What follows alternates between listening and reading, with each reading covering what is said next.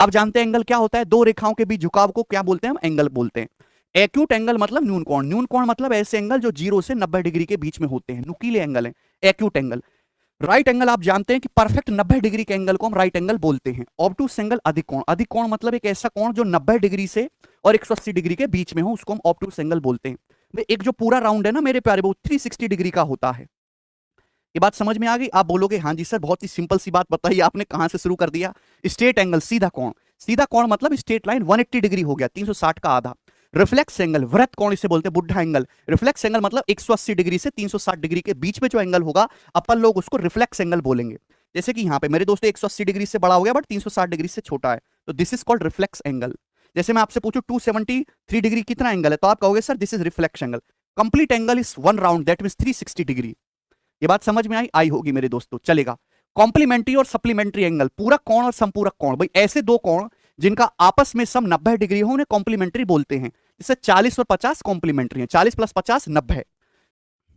ठीक। Supplementary angle मतलब संपूरक कोण, ऐसे दो एंगल जिनका आपस में सम 180 डिग्री हो। एग्जांपल के लिए 60 और 120 सप्लीमेंट्री एंगल हैं। ठीक, संपूरक कोण। अब ध्यान से सुनेगा, ट्राइंगल। ट्राइंगल क्या होता है? त्रिभुज, तीन भुजाओं से घिरी हुई आकृति को हम लोग ट्राइंगल या फिर त्रिभुज कहते हैं। त्रिभुज में तीन भुजाएं होती हैं, आपको यहां पे दिखाई दे रहा है, तीन कोण होते हैं। ये तीन कोण होते हैं मेरे प्यारे भाई, क्लियर है? आंतरिक कोण इन्हें बोलते हैं। त्रिभुज के तीनों आंतरिक कोण का योगफल 180 डिग्री होता है। देखो कहां से उठा रहा हूं मैं तुमको। चलेगा। ट्राइंगल के तीन शीर्ष होते हैं, तीन वर्टेक्स, तीन कोने होंगे, ये एबीसी तीन कोने होंगे। आप बोलोगे हाँ जी सर तीन कोने हैं, तीन इसकी भुजाएं हैं, तीन इसके आंतरिक कोण हैं। आंतरिक कोणों का योगफल 180 डिग्री है। ट्राइंगल के तीनों एक्सटीरियर एंगल का सम जो होता है 360 डिग्री होता है। एक्सटीरियर एंगल क्या होता है भाई? जैसे ट्राइंगल है, ट्राइंगल के ये है आंतरिक कोण अंदर की तरफ, आप इस साइड को आगे बढ़ाओ तो जो बाहर की तरफ एंगल बनता है मेरे प्यारे भाई, इसको हम एक्सटीरियर एंगल बोलते हैं। तो ट्राइंगल के तीनों बाह्य कोणों का योग 360 डिग्री होता है। और ये केवल ट्राइंगल के लिए नहीं है, ये हर एक पॉलीगन के लिए है। हर बहुभुज के जो है बाह्य कोणों का योग 360 डिग्री होता है। इसके बाद एंगल बाइसेक्टर, कोण समद्वि भाजक। जैसे मेरे दोस्तों आपके सामने एंगल है, ये एंगल हुआ। एंगल बाइसेक्टर मतलब एक ऐसी लाइन जो एंगल को आधा आधा बांटते, उसे एंगल बाइसेक्टर बोलते हैं। जैसे आपके सामने ये एंगल है एबीसी, ये एंगल एबीसी लिया तो ये एंगल बाइसेक्टर होगा, इंटीरियर एंगल बाइसेक्टर। इसने आधा आधा कर दिया, थीटा थीटा। जहां एंगल है वहां उसके साथ एक्सटीरियर भी है, ये एक्सटीरियर हो गया। तो मेरे दोस्तों जो एक्सटीरियर को आधा आधा कर दे वो होता है एक्सटीरियर एंगल बाइसेक्टर। क्लियर है? और मेरे प्यारे भाई किसी भी एंगल के इंटीरियर बाइसेक्टर और उसके एक्सटीरियर बाइसेक्टर के बीच ये जो एंगल होता है ये हमेशा 90 डिग्री होता है। ये थ्योरम के फॉर्म में स्टेटमेंट में पूछा जाता है। समझ में आया जी? आगे चलेंगे। ठीक, देखिए ये बात मैंने आपको समझा दी। आप बोलोगे हाँ जी ये तो आपने बता दिया। हाँ, अभी इंटीरियर प्लस एक्सटीरियर कितना होता है? 180 डिग्री होता है। देखिए ट्राइंगल में एक्सटीरियर एंगल की जो वैल्यू होती है वो अपोजिट इंटीरियर एंगल के सम के बराबर होती है। ट्राइंगल में एक्सटीरियर एंगल की वैल्यू, बाह्य कोण की जो वैल्यू होगी अपोजिट इंटीरियर एंगल के बराबर होगी। जैसे ट्राइंगल है एबीसी, इसके आंतरिक कोण हैं ए डिग्री, बी डिग्री, सी डिग्री। अब इसको आगे बढ़ाया मेरे दोस्तों, एक्सटीरियर एंगल बना, तो ये जो एक्सटीरियर एंगल है बीटा किसके बराबर होगा? ये एक्सटीरियर एंगल जो बीटा है अपोजिट इंटीरियर एंगल के बराबर होगा, यानी कि ए प्लस बी। बीटा की जो वैल्यू होगी दोस्तों यहां से ए प्लस बी होगी। ठीक है भाई? यहां से गामा की जो वैल्यू होगी मेरे प्यारे भाई ये आपका बी प्लस सी होगी। ठीक है भाई? और अल्फा की जो वैल्यू होगी ये आपकी ए प्लस सी होगी।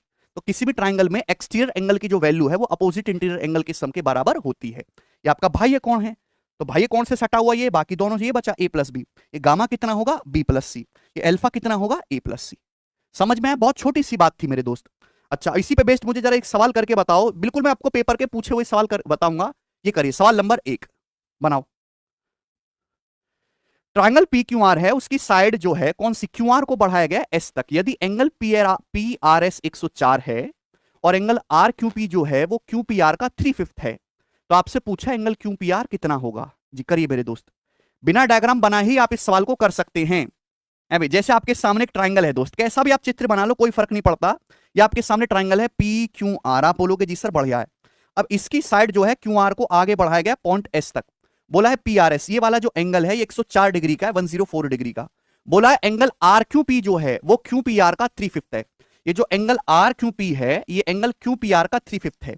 मतलब अगर angle Q P R 5 unit है ना, तो ये जो एंगल आपका आर क्यू पी है 3 यूनिट है। अगर एंगल क्यू पी आर 5 है तो आपका आर क्यू पी 3 यूनिट है। तो आपसे पूछा क्यू पी आर, ये आपसे पूछा है, तो आप नहीं समझ रहे कि भाई 5 और 3 8 यूनिट हो जाएगा एक्सटीरियर एंगल। 8 की वैल्यू 104 है, 13 गुना मेरे प्यारे भाई। तो आपसे क्या पूछा है? क्यू पी आर पूछा है, तो 5 की वैल्यू भी 13 गुना 13 पंजे 65। तो 65 डिग्री इस क्वेश्चन का आंसर बनेगा। ए ऑप्शन करेक्ट है। समझ में आया? एक्सटीरियर एंगल की प्रॉपर्टी केवल आपको यहां पर लगानी है। चलो दोस्त, ये बात सही है? आप बोलोगे हाँ जी सर एकदम मस्त है, आगे चलेंगे अपन लोग, जल्दी जल्दी समझिएगा।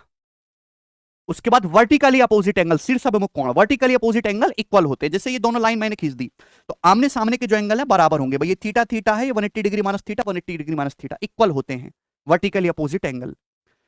Next triangle. ट्राइंगल के कितने टाइप होते हैं? देखिए ट्राइंगल को दो हिसाब से बांटा गया है, साइड के बेसिस पे और एंगल के बेसिस पे। अगर मैं साइड के बेसिस पे भुजाओं के आधार पे बांटूं तो ट्राइंगल तीन प्रकार के होते हैं। सबसे पहला इक्विलेटरल ट्राइंगल, समबाहु त्रिभुज। समबाहु त्रिभुज मतलब एक ऐसा त्रिभुज जिसकी तीनों साइड बराबर हो और तीनों एंगल 60 डिग्री को, तीनों एंगल 60 डिग्री को, ठीक है भाई। दूसरा है आइसोसेलेस ट्राइंगल, समद्विबाहु त्रिभुज। समद्विबाहु एक ऐसा त्रिभुज मेरे प्यार में जिसमें दो साइड बराबर हो। अगर दो साइड बराबर है तो उनके एंगल भी मेरे दोस्तों बराबर होते हैं, अपोजिट एंगल भी बराबर होते हैं। ये भी थीटा होगा, ये भी थीटा होगा। स्केलर ट्राइंगल मतलब विषम बाहु त्रिभुज। विषम बाहु त्रिभुज मतलब इसकी कोई भी साइड इक्वल नहीं है, सारी साइड अलग अलग है। ए बी बी सी सी ए सब अलग अलग है। अगर सारी साइड अलग अलग है तो सारे एंगल भी इसमें अलग अलग होंगे। आइसोसेलेस ट्राइंगल की खास बात ध्यान रखिएगा मेरे प्यारे भाई कि दो साइड बराबर है, उनके अपोजिट एंगल भी इक्वल होंगे, ठीक है भाई। टाइप्स ऑफ ट्राइंगल ओढ़ के करो जल्दी से। एक्यूट एंगल ट्राइंगल, तो ट्राइंगल को एंगल के आधार पर बांटा गया एक्यूट एंगल। एक्यूट एंगल मतलब एक ऐसा ट्राइंगल जिसके तीनों एंगल 90 डिग्री से छोटे होते हैं जिसके तीनों एंगल 90 डिग्री से छोटे होते हैं। राइट एंगल ट्राइंगल, समकोण त्रिभुज। राइट एंगल ट्राइंगल एक ऐसा ट्राइंगल मेरे प्यारे भाई जिसमें एक एंगल एग्जैक्ट 90 डिग्री होता है और बाकी दोनों एंगल एक्यूट होंगे, 90 डिग्री से छोटे होंगे। दैट इज कॉल्ड, हैं इधर देखो ऑब्टूस एंगल ट्राइंगल, अधिक कोण। ऑब्टूस एंगल ट्राइंगल मतलब एक ऐसा ट्राइंगल जिसमें एक एंगल ऑब्टूस होता है, अधिक कोण होता है। एक एंगल 90 डिग्री से बड़ा होगा बट 180 डिग्री से छोटा होगा, वो ऑब्टूस एंगल होता है। समझ में आया? चलेगा। उसके बाद दिख रहा है आपको? है भाई, ये है मेरे दोस्तों, कहा है ये पैरेलल लाइन, ठीक है ना। देखिए समांतर रेखाएं आप जानते हैं जिनकी दूरी बराबर रहे, पैरेलल लाइन को बीच में से काट दोगे तो ये होते हैं ट्रांसवर्सल लाइन। जब ट्रांसवर्सल लाइन हम खींचते हैं तो ये एंगल बनते हैं मेरे प्यारे भाई, 1 2 3 4 5 6 7 8। अब जो एंगल सेम पोजीशन पे रखें वो इक्वल होंगे। अभी एंगल 1 की जगह एंगल 5 लिखा है, बराबर होगा। एंगल 4 एंगल 8 के बराबर होगा। एंगल 2 एंगल 6 के बराबर होगा। एंगल 3 एंगल 7 के बराबर होगा। जो एंगल सेम पोजीशन पे रखे उनके हम बोलते हैं करस्पॉन्डिंग एंगल, संगत कोण। उसके बाद अल्टरनेट एंगल, एकांतर कोण बराबर होते हैं। एकांतर मतलब एकांतर, देखो एकांतर टुकटुकी लगा के, एंगल 4 एंगल 6 के बराबर होगा। एंगल 4 एंगल 6 के बराबर होगा बच्चा पार्टी। ये एंगल 3 एंगल 5 के बराबर होगा। ये है अल्टरनेट एंगल, ये इक्वल होते हैं एकांतर कोण। आप बोलोगे जी सर बिल्कुल सही। इसके बाद अगर आपके सामने दो पैरेलल लाइन, उनका ट्रांसवर्सल लाइन खींची गई है तो ये को इंटीरियर एंगल्स है ना। एक ही तरफ के इंटीरियर देखो, एक ही तरफ के इंटीरियर मतलब ये एंगल 4 और ये एंगल 5। आप इन दोनों का सम करेंगे तो इन दोनों का जो सम है वो 180 डिग्री आएगा मेरे दोस्तों, हमेशा 180 डिग्री। इसी प्रकार से एंगल 3 और एंगल 6 इन दोनों का सम करेंगे तो ये भी 180 डिग्री आएगा। ठीक है भाई, कितना बढ़िया रिवीजन कराया। आगे देखेंगे, अगला कंसेप्ट फेंक के मारते हैं आपके सामने, इंपॉर्टेंट जी। ये बताइएगा, आपके सामने क्वालिटरल है, चतुर्भुज। चतुर्भुज आप जानते हैं 4 भुजाएं, क्वालिटरल के चारों एंगल का सम 360 डिग्री होता है। तो ये क्वालिटरल है, इसके 3 आंतरिक कोण है, दिखाई दे रहे हैं ABC। ये चौथा वर्टेक्स, चौथे वर्टेक्स पे, ये चौथे वर्टेक्स पे क्या है, अंदर का नहीं लेना, ये बाहर का पूरा ये लेना घोंचू। तो ये कितना होगा मेरे प्यारे भाई, ये A + B + C होगा। अब ये कैंची फिगर में भी दे देता, कैंची फिगर कुछ और नहीं है, क्वालिटरल, ये 4 भुजाएं ना इसमें, 1 2 3 4, ये 3 एंगल ABC है मेरे प्यारे भाई। तो चौथा वर्टेक्स अंदर से नहीं लेना, बाहर से लेना है। तो एक्सटीरियर एंगल कितना होगा, ये एक्सटीरियर एंगल होगा A + B + C। समझ में आया? आगे चलते हैं, अगला कंसेप्ट ध्यान से समझिएगा, बहुत बहुत इंपॉर्टेंट है। राइट एंगल ट्राइंगल में समकोण त्रिभुज में एक एंगल 90 डिग्री होता है तो एक एंगल की वैल्यू बाकी दोनों एंगल के सम के बराबर होती है। राइट एंगल ट्राइंगल में एक एंगल की वैल्यू बाकी दोनों एंगल के सम के बराबर होगी। लेकिन ऑब्टूस एंगल ट्राइंगल में ये एंगल ऑब्टूस से अधिक कोण, ऑब्टूस एंगल की वैल्यू हमेशा बाकी दोनों एंगल के सम से बड़ी होगी। जबकि एक्यूट एंगल ट्राइंगल अधिक कोण, एक्यूट एंगल ट्राइंगल में मैंने मान लिया कि सबसे बड़ा है, ये मान लिया मैंने सबसे बड़ा, एक्यूट एंगल ट्राइंगल में सबसे बड़ा है, ये पिताजी है, तो सबसे बड़ा कोण एक्यूट एंगल ट्राइंगल में बाकी दोनों कोणों के योग से छोटा होगा। अब जैसे मैं आपसे सवाल ये पूछ लूं, एक ट्राइंगल के एंगल का रेशियो, एक त्रिभुज के एंगल का रेशियो 17:30:45 है, तो आप मुझे बताओ ये ट्राइंगल कैसा है, कैसा ट्राइंगल है ये? एक त्रिभुज के 3 कोणों का अनुपात 17:30:45 है, त्रिभुज कैसा है? तो मेरे दोस्तों एक एंगल का रेशियो दिया, सबसे बड़ा एंगल है ये 45, सबसे बड़े एंगल की जो वैल्यू है वो बाकी दोनों एंगल के सम से क्या हो रही है, 17 30 47 होता है। उनसे मेरे दोस्तों छोटी है। तो सबसे बड़ा जो एंगल है बाकी दोनों एंगल की सम से छोटा है। That means this is acute angle triangle. Angle निकाल के देखने की जरूरत नहीं है इसमें, ठीक है भाई। एक बार वीडियो को लाइक कर दीजिए अगर आपको समझ में आ रहा है तो। मौज आ रही है ना, मौज लेते रहो तुम मेरे साथ। कंसेप्ट ऑफ ट्रायंगल, हाँ कंसेप्ट ये सब। ट्रायंगल में सबसे बड़े एंगल के सामने की भुजा सबसे बड़ी और सबसे छोटे एंगल के सामने की भुजा सबसे छोटी। बात समाप्त। इसका उल्टा भी सत्य है, सबसे बड़ी भुजा तो उसके सामने सबसे बड़ा एंगल, सबसे छोटी भुजा उसके सामने सबसे छोटा एंगल। बात समाप्त।